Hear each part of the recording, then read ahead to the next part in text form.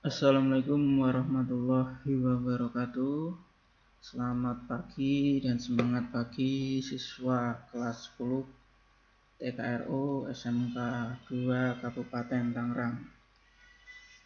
Hari ini kita membahas sedikit tentang penggunaan dari service tools atau special service tool dan hand tools, beberapa dari hand tools dan alat ukur. Yang kita bahas adalah peralatan yang digunakan ketika servis, ya, ketika kita melakukan kegiatan servis mobil. Oke, langsung aja, apa itu alatnya yang digunakan. Ya, pertama yang sudah kita bahas sebelumnya, ya, yaitu ada kunci atau wrench atau spinner, ya. Boleh spinner, boleh wrench, boleh kunci. Yaitu ada yang pertama ada kunci ukuran tetap. Ya, kemarin apa kita udah tahu, ya, kunci ring, kunci pas. Kemudian kunci ukuran tidak tetap, yaitu adjustable wrench, ya. Kita akan mendetail bagaimana cara penggunaannya. Yang pertama, cara penggunaannya yang benar seperti pada gambar, ya, diletakkan pas pada mur atau baut. Untuk menjaga agar baut tidak selek atau menjadi bulat, gunakan sesuai dengan ukuran. Baut ada ukurannya, kunci pas juga ada ukurannya. Kemudian kunci ring, untuk menghindari kecelakaan, gunakan dengan menarik kunci. Jika terpaksa harus didorong, gunakan telapak tangan, jangan menggunakan palu. Panjang kunci diatur sesuai dengan ukuran. Jika cara penggunaan salah akan menyebabkan kunci cepat rusak. Yang tidak boleh seperti gambar di sini, ya, tidak boleh menggunakan palu, tidak boleh ditambah lagi dengan kunci pas. Ini ada pasangannya sendiri, jadi harus dipasangkan. Kunci soket, ya, harus menggunakan kunci soket. Ada dua macam model mulut kunci soket. Yang pertama ada segi 6 dan segi 12. Segi 6 atau heksagonal, segi 12 double heksagonal, ya, seperti pada gambar, ya. Ini ada yang kecil small, yang besar itu large. Yang kedua ada ini standar tipe dan deep tipe. Standar yang biasa, kalau deep yang agak panjang, agak tinggi kunci soketnya. Ada dua macam ukuran. Besar akan mendapatkan yang besar untuk mendapatkan kunci mur yang lebih besar atau mur baut yang besar, dan kecil macam panjangnya itu standar dan panjang atau deep, ya. Ukuran panjang bisa mencapai 2-3 ukuran standar. Biasanya yang standar digunakan pada mur baut yang terletak di dalam, ya, di dalam jauh, sehingga memerlukan mata soket yang panjang. Kemudian kunci soket ini raset hanya dipakai untuk memutar mur atau baut yang tidak terlalu kencang. Selain bentuk yang panjang, juga ada yang bentuk yang raset sini yang tidak terlalu kencang, bisa menggunakan ini. Ada universal joint. Ini pemakaian universal joint. Jangan menggunakan alat ini jika perubahan sudut terlalu besar. Universal joint tidak dibenarkan dipergunakan bersamaan dengan gun. Air gun dapat menyebabkan rusak karena tidak mampu menyerap kecepatan perubahan sudut. Seperti pada gambar, untuk universal joint ini yang bisa digunakan dimanapun. Jangan terlalu miring, tidak boleh menggunakan air gun, ya, atau yang menggunakan angin, power tool yang menggunakan air untuk mengencangkan, tetapi harus digunakan sesuai dengan gagangnya, yang seperti ini. fungsinya universal join karena bisa dibelok-belokkan. Ini digunakan untuk mengencangkan atau melepaskan murbaut yang terletak di dalam seperti ini, seperti pada gambar. Kemudian harus ada screwdriver atau obeng. Macam yang digunakan biasanya dua ya, minus atau flat, plus atau Phillips. Jenis ada 4 macam: standar, torque shaft atau panjang, square handle yaitu pegangan persegi, short shaft yaitu pendek. Ini maaf ya, tadi ada suara agak bocor-bocor, ada suara lain masuk, tapi tidak apa-apa karena yang penting ada gambarnya bisa kalian pahami. Yang kemudian selanjutnya ada hammer atau palu.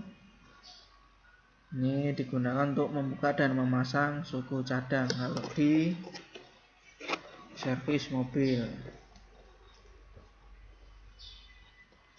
Ada ball point hammer, ada plastik hammer yaitu palu lunak, dan test hammer.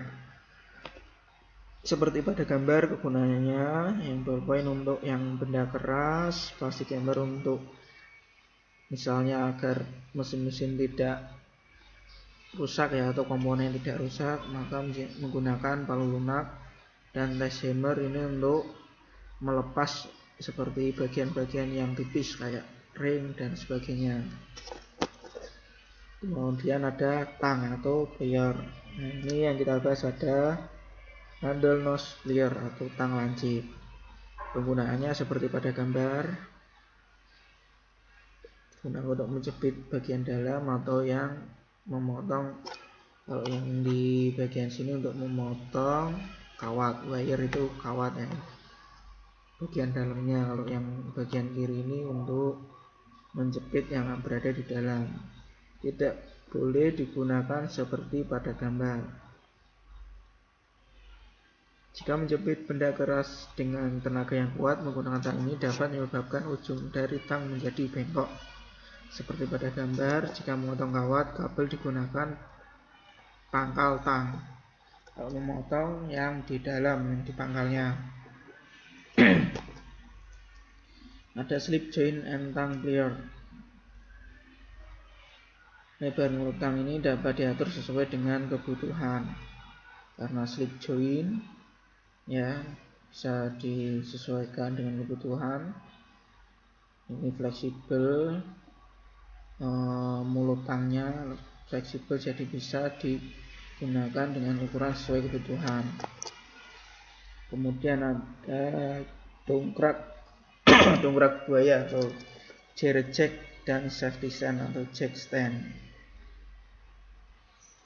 Fungsi jerry jack atau dongkrak buaya gampangnya fungsi untuk mengangkat kendaraan. Bila mengangkat kendaraan bagian depan, maka roda belakang harus diganjal. Begitu sebaliknya, diganjal kalau yang depan berarti belakang diganjal, kalau yang belakang diangkat berarti yang depan yang diganjal.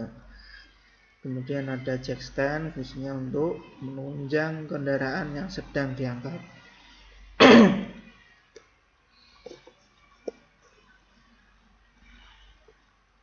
Nah, ini bagian-bagiannya bisa di screenshot, mau dihafalkan boleh, mau diamati juga boleh.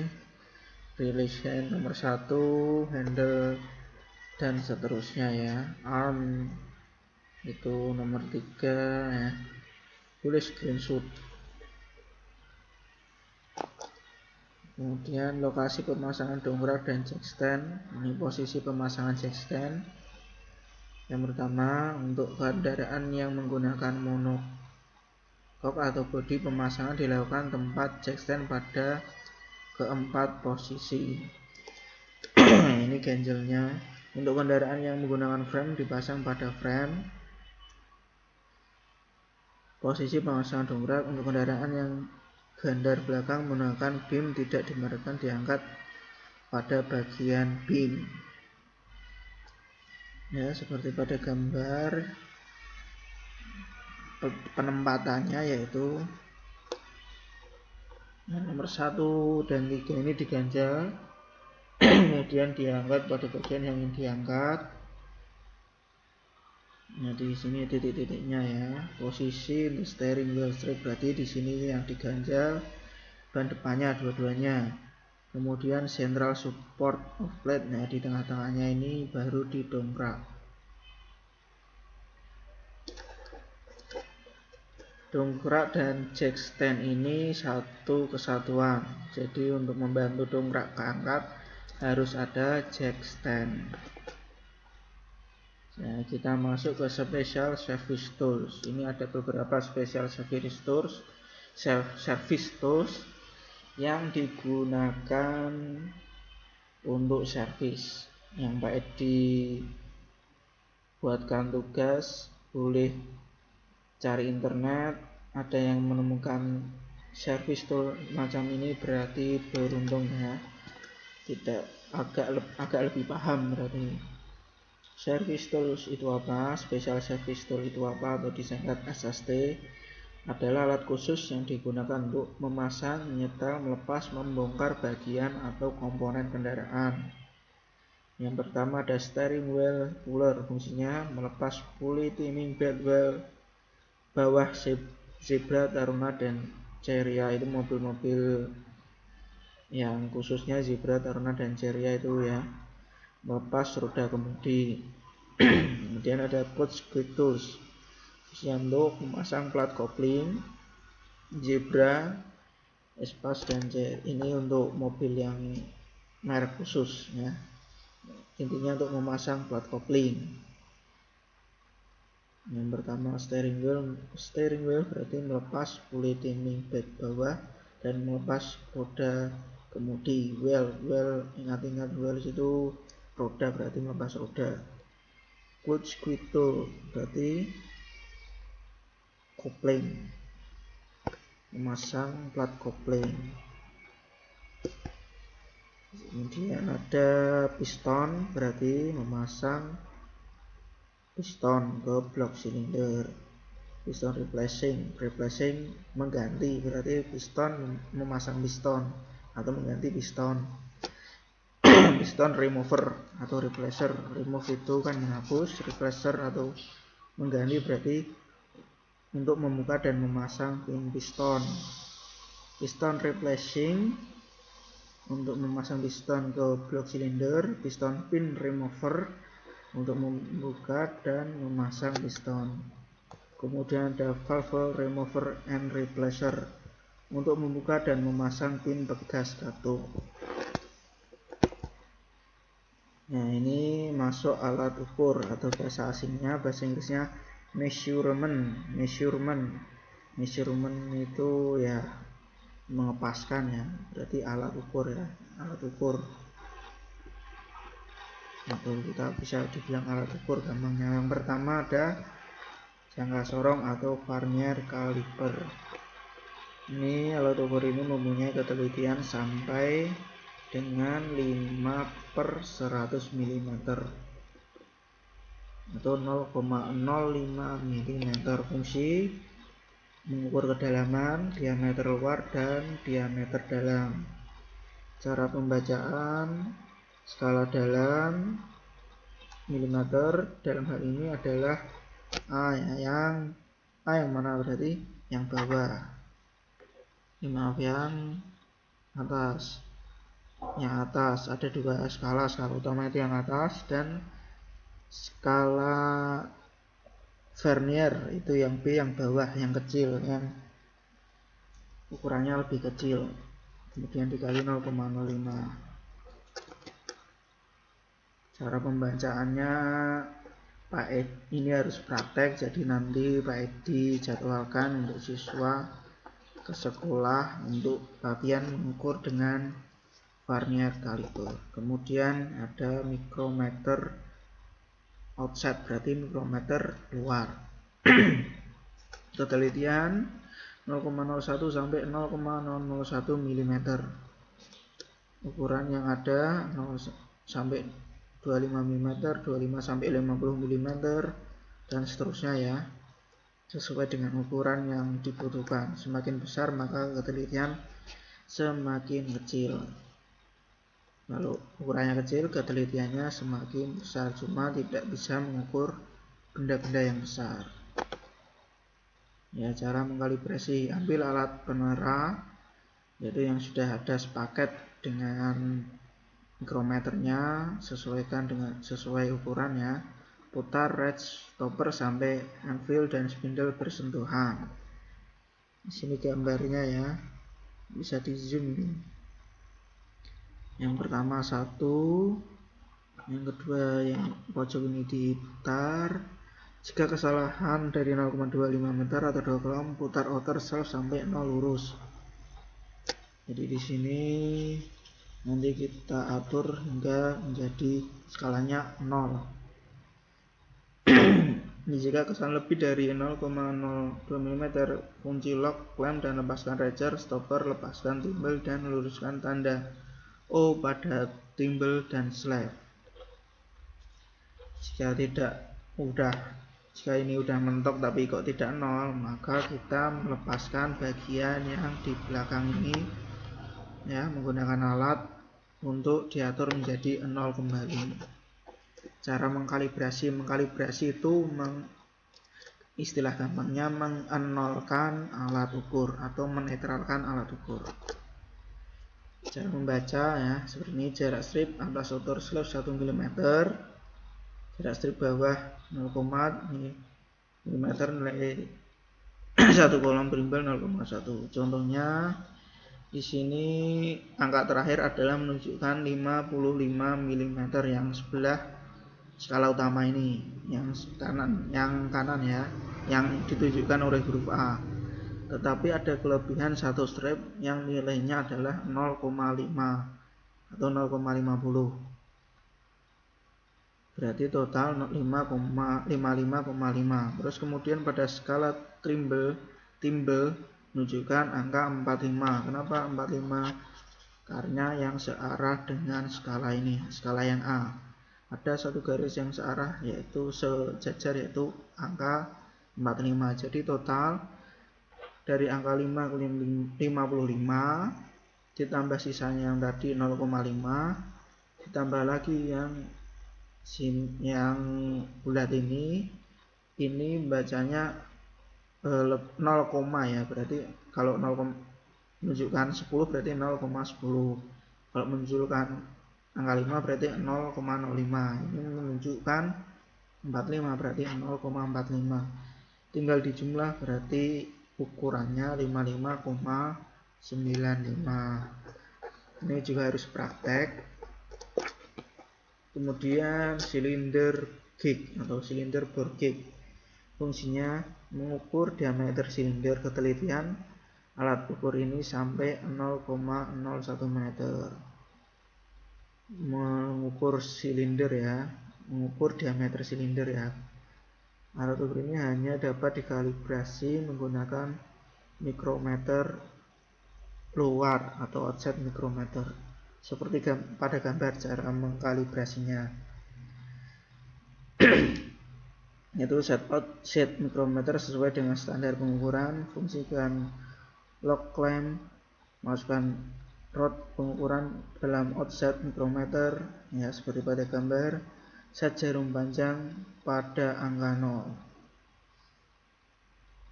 Tinggal dinolkan di kepalanya, ini bisa diputar-putar di ukurannya ini. Cara mendapatkan nilai standar pengukuran didapat dari pengukuran silinder bor. Standar pengukuran diukur menggunakan vernier caliper. Untuk mendapatkan hasil pengukuran yang tepat, pembacaan dilakukan dengan tanpa melepas kaliper dari silinder bor. Fungsi standar pengukuran sebagai dasar untuk memilih panjang replacement rod. Standar pengukuran berfungsi sebagai awal untuk mulai menghitung berapa besarnya keausan dari silinder. Ini menentukan panjang rod. Panjang rod sama dengan nilai standar pengukuran plus 0,5 kurangi 1,0 mm. Jadi nanti menunjukkan angka nilai standar pengukurannya ditambah 0,5 atau bukan kurangnya sampai 1 mm. Ini nilai toleransi panjang irutnya ya, ditambah 0,5 sampai 1 mm. Kemudian hasil pengukuran, cara melakukan pengukuran. Untuk mendapatkan hasil pengukuran yang benar, maka goyangkan batang silinder bor hingga mendapatkan pengukuran yang terkecil seperti pada gambar ya, digoyang-goyangkan ya, tapi pelan-pelan aja ya. Ini juga harus praktek. Pengukuran bagian di atas diambil 10-12 mm dari permukaan atas silinder blok. Pengukuran pada bagian bawah kira-kira 10-12 mm dari bawah silinder blok. Pengukuran dilakukan pada 3 posisi, atas, tengah, bawah. Pembacaan diambil pada jarum panjang paling jauh bergerak ke arah kanan. Jadi nanti ini digeser ya, bisa ini ada roda-rodanya di bagian angka 2 dan angka 1 di bagian skalanya ini. Nah, sensornya ya, istilahnya ada yang bisa digerakkan untuk masuk ke dalam silinder gitu. Nah, ini cara membaca dia. Jika jarum panjang bergerak searah jarum jam, maka besarnya nilai hasil pengukuran adalah standar. Pengukuran kurangi berapa kolom yang ditunjukkan jarum jam. Jika jarum jam panjang bergerak berlawanan arah jarum jam, nilai pengukuran standar pengukuran ditambah berapa kolom yang ditunjukkan jarum jam. Menentukan keovalan atau ketirusan sebuah benda ditentukan oleh selisih ukuran arah A dan B. Jika A tidak sama dengan B, maka silinder dinyatakan oval. Jika ukuran atas tidak sama dengan ukuran bawah, maka disebut tirus.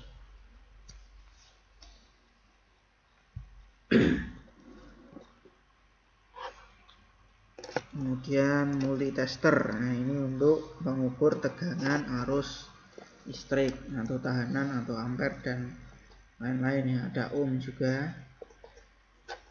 Ini gambarnya seperti ini. Gambar nyatanya seperti ini. Bagian-bagian ada skala ohm, skala volt. Pointer itu jarum, ada volt AC, ada volt DC ya skalanya. Dan bagian-bagiannya ada miliampere, ada selektor. Fungsinya untuk mengukur tegangan arus, tahanan, ampere dan lain-lain. Kita mengetahui ada arus listriknya tidak suatu benda. Kemudian ada for gas analyzer. Ini untuk mengatur kepekaan CO, HC, jumlah nitrogen, oksida dan kandungan di dalam gas buang. Ini lebih pada alat ukur gas. Ada intelligent tester scan tools, fungsi untuk mendeteksi adanya kerusakan pada sistem kontrol elektronik untuk EV, ABS, airbag dan sebagainya. Berfungsi sebagai osiloskop, berfungsi sebagai multitester untuk menghapus memori kesalahan pada sistem kontrol, untuk membaca kondisi kerja mesin atau current data ya. Demikian untuk alat-alat ukur, beberapa special tools dan beberapa hand tools. Itu adalah beberapa alat inti yang digunakan untuk menservis mobil. Materi ini boleh kalian screenshot, boleh kalian pelajari sendiri, bisa dibaca-baca. Jika ada waktu, nanti kita langsung praktek untuk alat-alatnya ya, cara penggunaannya. Atau nanti Pak Edi jadwalkan beberapa orang karena kita harus jaga jarak untuk latihan, terutama penggunaan alat ukur. Oke, terima kasih. Jika ada yang ingin ditanyakan, bisa japri atau melalui GCR atau kolom komentar juga boleh. Silakan. tapi lebih baik ke GCR atau Japri aja ya, lebih cepat responnya. Ya, terima kasih. Tetap jaga kesehatan, tetap semangat. Wassalamualaikum warahmatullahi wabarakatuh.